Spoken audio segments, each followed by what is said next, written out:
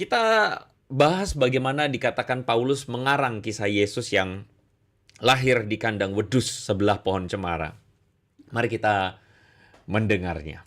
Rasul Isa lahir di kebun kurma. Ngono arek dino ya nulis lahir di kandang wedus. Pelecehan, Pak. Di sampingnya ada cemara. Golek ono neng Palestina ono cemoro. Nabi Isa tuh lahir di Palestina atau di Eropa? Halo, bisa bicara dengan salah sambung. Di Palestina. Lah kok terus turun salju? Tidak ada salju turun di Palestina sejak Allah menciptakan langit dan bumi sampai hari ini. Halo, bisa bicara dengan salah sambung katanya. Aduh, Ustadz Bangun Samudra kayaknya juga salah sambung sendiri ya. Dia mengatakan bahwa Paulus mengarang kisah Yesus yang lahir di kandang wedus ya. Kandang wedus itu maksudnya ya kandang domba ya, kandang bahasa Jawa itu ya, kambing domba ya. Sebelah pohon cemara katanya ada salju, sebelahnya kandang ada pohon cemara dan ada saljunya ya. Jadi dia bilang bahwa inilah Paulus yang menuliskannya atau Paulus yang mengarangnya. Saya juga kadang-kadang bingung kalau mendengar kayak begini ya. Sejak kapan Paulus itu menuliskan kisah kelahiran Yesus di kandang? Itu di bagian mana? Saya mau tahu itu tulisan Paulus di sebelah mana, di mana di situ dituliskan bahwa Yesus lahirnya di kandang. Ya buat saya Ustadz Bangun Samudra ini mohon maaf ya, mengalami halusinasi ya. Halusinasi. Jadi ya saya juga bingung ya dengan manusia-manusia kayak begini ya. Nah, ini adalah satu kengawuran yang parah ya, satu kengawuran yang luar biasa ngawur sekali. Nah, kisah kelahiran Yesus di kandang itu yang disebut sebelah pohon cemara, ada saljunya, itu adalah penggambaran budaya barat ya, penggambaran budaya barat tentang kisah kelahiran Yesus. Kita mesti mengakui bahwa kisah Natal ini sudah menjadi bagian dari budaya sekuler, di mana orang-orang barat itu mengambil kisah ini, menjadikannya festival, menambahkan pernak-pernik pohon cemara, salju dan sebagainya. Itu sebagai satu kisah yang adalah ya namanya juga festival Christmas begitu ya. Ya kisah-kisah kayak begini nih adalah buat saya sih adalah penggambaran seperti Ustadz Bangun Samudra ini adalah kalau saya sebut logika setengah sloki ya. Logika setengah sloki ini adalah logika yang kadarnya tuh setengah gelas gitu loh. Ini bukan lagi setengah gelas tetapi setengah sloki. Anda tahu sloki dipakai buat ngapain ya? Nah, sloki dipakai buat ngapain? Nah, biasanya orang yang setelah pakai sloki minum itu kesadarannya udah kurang.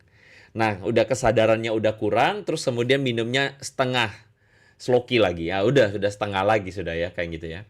Jadi mereka ini merasa menang perdebatan karena argumen pohon cemara dan salju. Ya.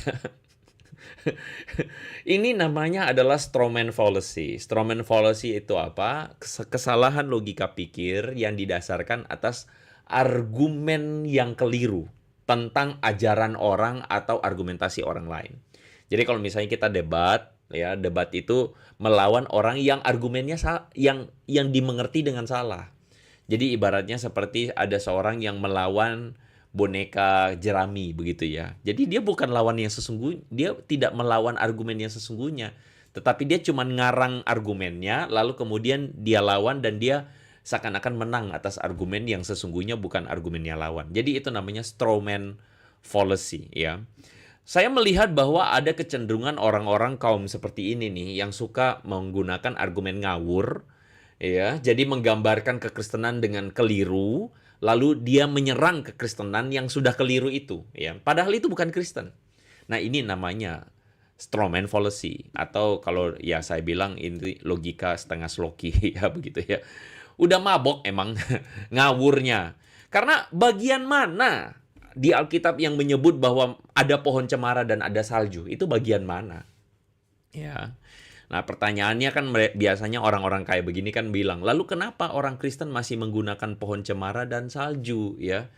Aduh, kalau misalnya dipertanyakan kayak begini, saya cuma mau kasih tahu bahwa tidak ada orang Kristen yang mempermasalahkan ketupat lebaran. Begitu loh. Kan ada di antara mereka yang mengatakan, kan itu tidak ada di ajaran Kristen, kenapa pakai cemara dan salju ya? Saya juga bilang di dalam lebaran juga tidak ada ketupat. Kenapa Anda masih pakai ketupat? Ini kan logika yang ngawur gitu loh. Lagi pula tidak ada orang Kristen yang mau mempermasalahkan soal masalah kenapa ada ketupat lebaran eh, di lebaran begitu ya, hari lebaran, hari Idul Fitri. Kan nggak ada juga yang mau masalahin. Terus mereka mempermasalahkan begitu loh. Ini kan adalah ya sekali lagi ini logika setengah sloki ini kan begitu kan ya. Jadi memang kita beda server aja udah gitu loh teman-teman. Ya, saya selalu mengatakan kepada teman-teman semua jangan mau kita itu didikte oleh cara pikir mereka yang mohon maaf, cara pikir yang bodoh itu, cara pikir yang keliru itu ya. Kita memang beda server, udah beda cara pikirnya. Orang Kristen itu cerdas, mohon maaf ya. Yang tidak mempersoalkan, bahkan kami bisa membedakan antara budaya barat dan narasi Natal yang sesungguhnya. Jadi orang Kristen itu cerdas begitu loh. Dan orang Kristen itu tidak akan rempong untuk mempermasalahkan soal tanggal, hiasan Natal, pernak-pernik Natal, pohon cemara, salju, Santa Claus, itu kami nggak masalahin begitu kan ya. Ya.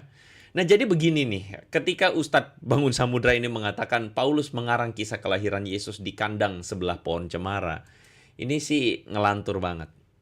Dan disinilah saya dan kemudian subscriber saya itu turut berduka cita atas pembodohan terhadap umat ini ya begitu ya, yang dilakukan oleh Ustadz Bangun Samudra ini.